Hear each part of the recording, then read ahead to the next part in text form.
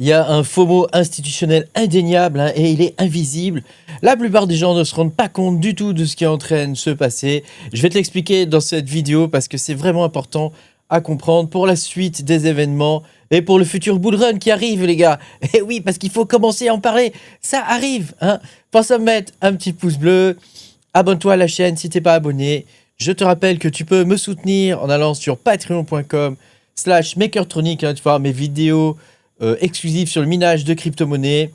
Voilà, je partage sur mon Patreon mes trouvailles, hein, les coins que je trouve, etc., qui sont intéressants à miner. Et ça permet souvent, le minage, ça permet souvent de rentrer dans des projets extrêmement tôt. Ce que ne permet pas aujourd'hui la plupart des projets, hein, puisque c'est réservé souvent à une élite très riche. Comme nous, on est pauvres, hein, on veut rentrer nous aussi dans les projets très tôt, et ben on rentre via le biais du minage, hein, ça marche bien. Hein. Voilà. Après, il y a des périodes plus ou moins creuses dans le minage, voilà, c'est normal. Hein. En ce moment, on est dans une période pas très facile, hein, mais voilà, il y a une purge qui est en cours, une purge des mineurs qui est en cours. Elle est en train de se terminer et ça va reprendre du poil de la bête. Je te rappelle que je ne suis pas conseiller financier, donc tout ce que tu verras dans cette vidéo n'est pas un conseil financier. On va voir commencer la vidéo. Hein. Donc, incroyable, hein, Morgan Stanley a sorti son ETF Bitcoin, après donc celui de BlackRock. Hein. Morgan Stanley, c'est une entreprise géante hein, aux États-Unis. Hein. C'est la première fois qu'une grande banque américaine, une banque même de détail hein, américaine, émet directement son propre ETF Bitcoin Spot. Et on peut voir que pour le premier jour, ils ont déjà eu... Alors, il faut augmenter un peu le chiffre qui est mis là. C'est pas 30 millions. Sur TradingView, ils disent 30 millions. Le véritable chiffre, c'est 34 millions. Hein. Donc, il y a eu 34 millions de dollars pour le premier jour. Il faut bien se rendre compte de ce qui est en train de se passer et du FOMO institutionnel invisible hein, qui est en train de se passer. Eh bien, c'est que aujourd'hui, Morgan Stanley, c'est une des plus grandes banques américaines. Ils ont normalement entre 6 à 8 000 milliards de dollars d'actifs hein, sous gestion. Donc c'est absolument gigantesque. Hein. Ils ont une armée de 16 000 conseillers. Donc c'est des conseillers qui sont là depuis un moment, hein, qui conseillent des gens qui ont pas mal de pognon. Hein. Et oui, et tous ces gens-là, ils vont leur dire, bah, prenez, vous devez diversifier, etc. Prenez 3-4%. Peut-être même plus, hein, si vous voulez être un peu plus risqué, prenez 3-4% par exemple de Bitcoin dans votre portefeuille hein, via notre ETF. Hein, et en plus, ils ont un argument de poids, hein, puisque ils ont les frais les plus bas du secteur. Hein, ça, c'est Binance qui nous le dit. Hein, ils ont des frais de 0,14%. Je crois que Débloc en France, il me semble, hein, c'est de l'ordre de 2%, je crois, les frais de retrait, ou il y a un truc, quoi. Au niveau des frais, hein, mais c'est assez élevé. Là, c'est de l'ordre de 0,14%. Donc, c'est vraiment, vraiment très, très bas en termes de frais. Hein. Donc, l'idée avec des frais aussi bas, évidemment, c'est d'attaquer frontalement, hein, en fait, tous les leaders du marché. Hein. Donc, c'est une stratégie de dumping pour avoir des frais aussi bas. Hein. Et ils ont un objectif qui est vraiment très clair. C'est de pouvoir pousser agressivement une rotation massive des capitaux depuis les autres ETF vers leur ETF Bitcoin à eux. Donc ça veut dire que les institutions aujourd'hui, elles cherchent plus seulement à participer hein, à Bitcoin, mais elles veulent le gâteau, quoi. Elles veulent toutes les parts du gâteau. Et donc là, c'est ce que veulent faire Morgan Stanley, quoi, avec des frais aussi bas. C'est clair que ils se positionnent évidemment comme le nouvel ETF Bitcoin où il faut mettre ses sous, quoi.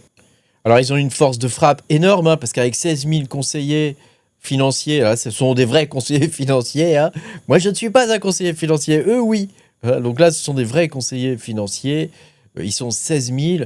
Et imagine, avec leurs 8 000 milliards d'actifs à gérer, imagine, hein, même s'il n'y a que 1 ou 2% qui basculent, bah voilà, ça commence à faire une rotation des capitaux depuis même d'autres actifs vers Bitcoin. Alors, un article sur Fortune hein, de Jack Kubinek, c'est ça, Kubinek, le mec qui s'appelle. Hein, donc, c'est l'article de ce gars-là et il nous dit qu'aujourd'hui, c'est le top 1 des lancements d'ETF. Hein, top 1%. Donc, il est vraiment dans le très très haut du panier, cet ETF, pour Bitcoin. Donc, on vous voit vraiment aujourd'hui qu'il y a un FOMO institutionnel qui est en train de se faire, un FOMO qui est invisible. Et il faut bien se rendre compte que, ma foi, il faut se positionner avant le particulier. Enfin, eux, ils se positionnent avant le particulier. Ça paraît somme toute logique. Donc, ça annonce ce qui va arriver dans quelques mois. Ça annonce l'arrivée du retail de nouveau sur Bitcoin. En tout cas, sur Bitcoin, ça c'est sûr. Sur les altcoins, on en discutera dans une autre vidéo. Mais sur Bitcoin, c'est certain qu'il va se passer des choses. Et que pour l'instant, même si le marché est extrêmement ennuyeux, la old money, comme on l'appelle, ils sont en train de construire tranquillement ça de leur côté. Et on voit qu'ils sont en train de préparer l'avenir, tout simplement. D'ailleurs, à ce sujet, je connais quelqu'un qui travaille pour la Banque Populaire. Et la Banque Populaire, de ce que j'ai pu comprendre, alors moi je ne suis pas dans le secret des dieux, mais de ce que j'ai pu comprendre, ils sont en train de préparer aussi l'arrivée de produits financiers à base de crypto-monnaies et donc en particulier de Bitcoin. Donc c'est quelque chose qui va se généraliser un petit peu partout. Voilà. On discutera un petit peu plus tard dans une autre vidéo de Monero et du positionnement que Monero peut avoir là-dedans. Est-ce que Monero est pas par hasard, est-ce que Monero n'est pas le futur Bitcoin, vu que maintenant Bitcoin est en train de se faire bouffer par les institutions. Voilà, on en discutera dans une autre vidéo, mais voilà, si tu as des choses à dire, n'hésite pas à le dire dans les commentaires. Donc moi, je pense qu'en ce moment, c'est quand même un bon moment pour se positionner. Alors, c'est vrai que le Bitcoin vient de monter, donc bon, je crois qu'il est à 72 000 $ aujourd'hui, mais ça peut être un bon moment pour se positionner. Eux, c'est ce qu'ils sont en train de faire, eux, ils sont en train de se positionner. Comme je t'ai déjà expliqué dans ma précédente vidéo, Fox the System, les derniers grands gagnants du dernier bull run, ce sont les institutions, ce ne sont pas du tout les particuliers qui se sont fait rouler dessus. Donc là, si nous, on a envie de survivre au prochain bull run, qui va arriver, il y a toujours des bull runs de toute façon.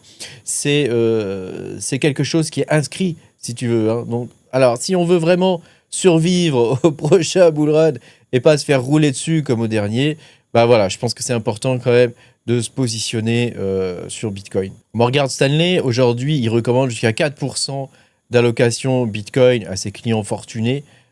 Et donc ça, c'est ce qu'ils disaient, eux, en novembre 2025. Donc là, on est sur une suite logique et une suite qui est véritablement ultra puissante, quoi. Parce que ça veut dire que voilà, il y a un paquet de gens qui vont pouvoir posséder du Bitcoin à des frais extrêmement bas. À titre de comparaison, Ibit de BlackRock, puisque là, ils sont en concurrence directe, c'est 0,25% de frais.